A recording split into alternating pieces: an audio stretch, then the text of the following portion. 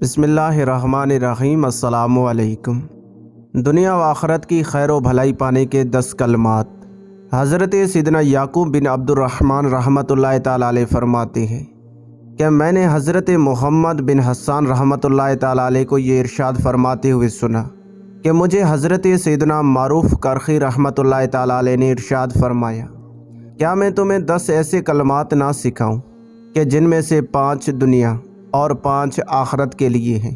جو بھی ان کلمات سے اللہ عز و جل کی بارگاہ میں دعا کرتا ہے انعامات باری تعالیٰ پاتا ہے۔ میں نے عرض کی کہ انہیں تحریر فرما دیں، تو انہوں نے ارشاد فرمایا، نہیں، میں تحریر نہیں کروں گا، بلکہ میں بھی اسی طرح بار بار تمہیں پڑھ کر سناؤں گا جیسا کہ حضرت سیدنا بکر بن حبیش رحمۃ اللہ تعالیٰ علیہ نے مجھے سنائے تھے۔ وہ کلمات یہ ہے: مجھے میرے دین کے معاملے میں اللہ عز و جل ہی کافی ہے، مجھے میری دنیا کے معاملات میں بھی اللہ عز و جل ہی کافی ہے، جن باتوں نے مجھے غمزدہ کر دیا ہے ان میں بھی مجھے کریم اللہ عز و جل ہی کافی ہے،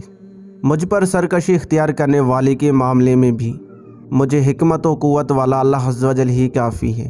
جو مجھے دھوکہ و فریب دینا چاہے اس کے معاملے میں بھی مجھے شدت و طاقت والا اللہ عز و جل ہی کافی ہے، موت کے وقت بھی مجھے رحم فرمانے والا اللہ عز و جل ہی کافی ہے، قبر میں سوال و جواب کے وقت بھی مجھے اللہ عز و جل ہی کافی ہے جو کہ رؤوف ہے، حساب کے وقت بھی مجھے کرم فرمانے والا اللہ عز و جل ہی کافی ہے، میزان کے پاس بھی مجھے لطف و کرم فرمانے والا اللہ عز و جل ہی کافی ہے، پل صراط سے گزرتے وقت بھی مجھے قدرت والا اللہ عز و جل ہی کافی ہے، مجھے اللہ عز و جل ہی کافی ہے جس کے سوا کوئی معبود نہیں، اسی پر میں نے بھروسہ کیا ہے اور وہی عرش عظیم کا مالک ہے۔ اور اس کے بعد یوں دعا کرے: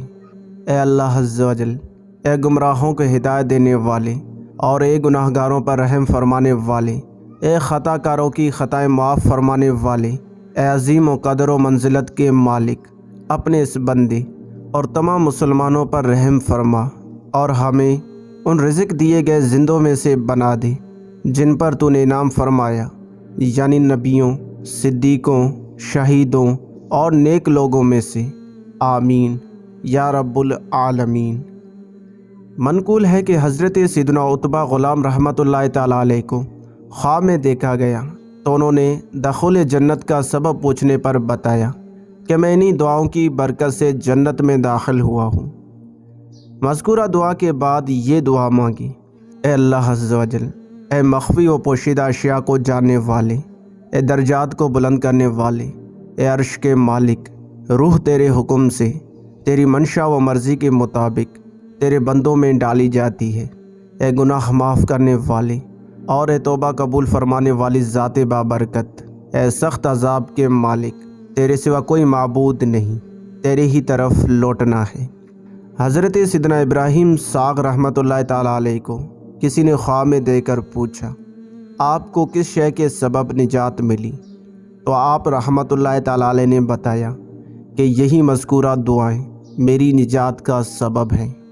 اللہ عز و جل ہمیں بھی ان کلمات کو یاد کرنے کی توفیق عطا فرمائے اور ان کلمات کے ذریعے دعا مانگنے کی توفیق عطا فرمائے۔ آمین۔